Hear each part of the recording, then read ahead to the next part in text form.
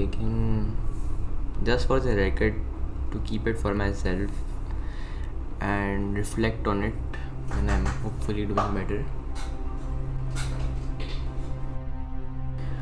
और बोल सकते हैं कि काफ़ी स्लो चल रहा है सब कुछ.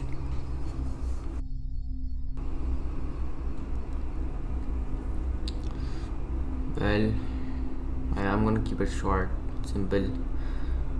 आपसे मुलाकात करूँगा मैं होपफुली न्यू ईयर तक. अगर मैं अपने आप से बात कर रहा हूँ शायद, अगर वो वीडियो देख रहा हो या द न्यू मी वीडियो देख रहा हो. Hopefully bro you're doing better. If not, then yeah bro, life's hard.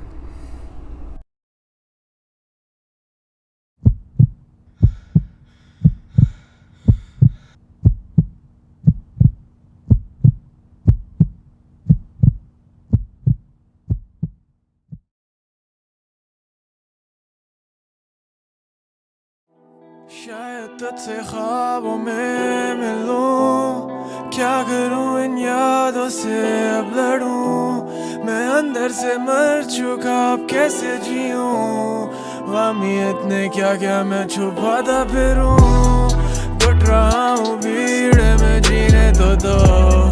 खोल के सांस ही लेने तो दो.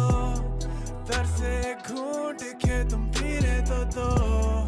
क्यों मुझे ढूंढते भाई जीने तो दो.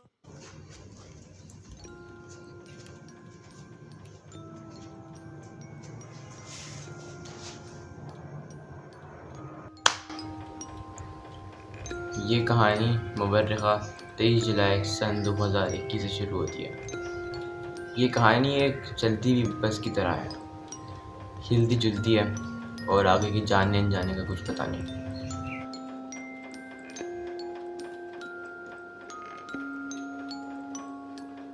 इस लड़के को एंजाइटी और डिप्रेशन जैसी चीज़ें used to just feel like an idea and not a reality. उसको कभी लगा नहीं था कि उसके जैसा हंसता खेलता और हैप्पी को लगी इंसान इन चीज़ों से भी गुजरेगा.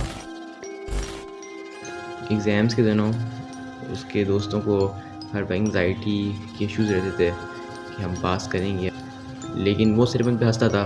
बोलता था यार क्या कह रहे हो, ये तुम बस ड्रामेबाजी में अपने लगे हुए हो. पास होना होगा तो हो जाओगे, नहीं होना होगा नहीं होगे. उससे ये रियलाइजेशन वाली चीज़ मीलों दूर थी. और वो कहते हैं ना कि some things are meant to happen.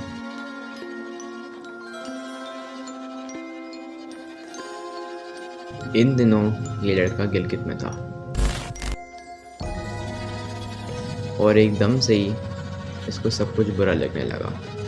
एकदम से ही इसने सब कुछ करना छोड़ दिया और इसकी सारी विल पावर ख़त्म हो गई.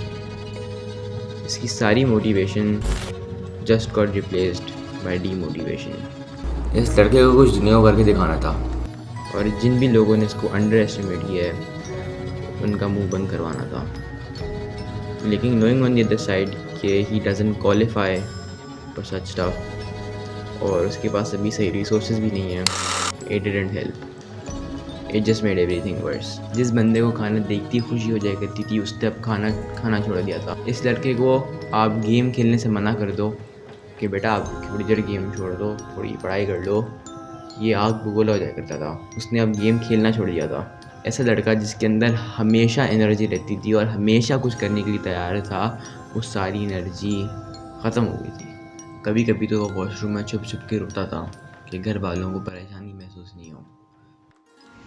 मैं पूरे यकीन से कह सकता हूँ कि इसने इतनी सैड स्टोरियाँ लगाई and I told him that it would not make things better but he didn't listen. इस लड़के की एक और भी हॉबी थी और वो थी यूट्यूब. ये यूट्यूब पे वीडियोस बनाता था and he wanted to pursue it. लेकिन वो वीडियो बनाता था, पूरी रात एडिट करता था और जब सुबह अपलोड करता था और जो रिज़ल्ट उसको चाहिए था वो कभी आता नहीं था.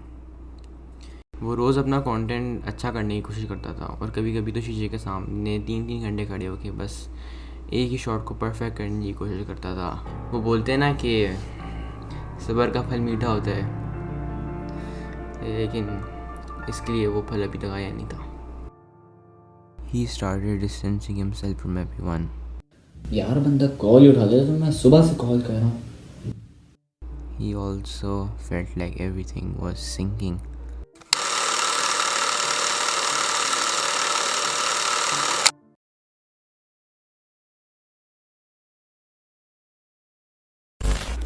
उसको कभी लगा नहीं था that he will recover from this, और उसके माइंड में एक चीज़ सेट हो गई थी that he won't be ever appreciated for his work, और जो भी उसने आज तक हार्ड वर्क किया है he will never be appreciated of it.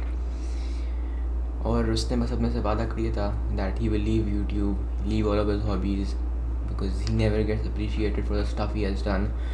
और उसको फ्यूचर में जाके भी लगा था कि कोई भी उसको सपोर्ट नहीं करेगा उसके वर्क में, so he just thought to leave it until one day.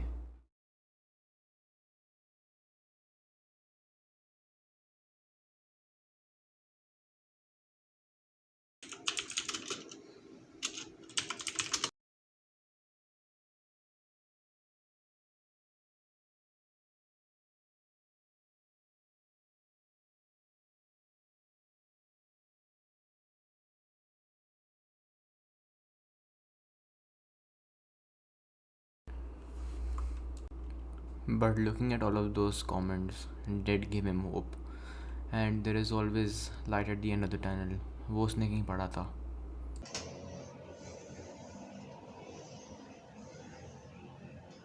I can do this.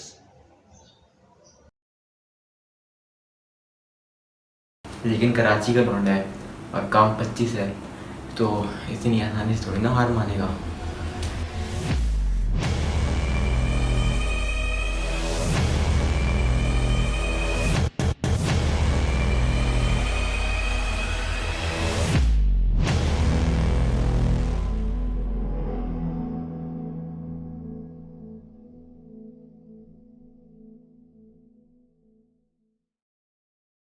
उस लड़के ने दोबारा अपने अंदर वो मोटिवेशन डाली और ये अपने से वादा किया कि जो वो नेक्स्ट वीडियो डालेगा वो उस वीडियो से भी ज़्यादा बेहतर होगी, और वो कोई भी अगला काम करेगा वो पहले काम से ज़्यादा बेहतर होगा. और हाँ, वो लड़का मैं ही हूँ. This is Rameez signing out.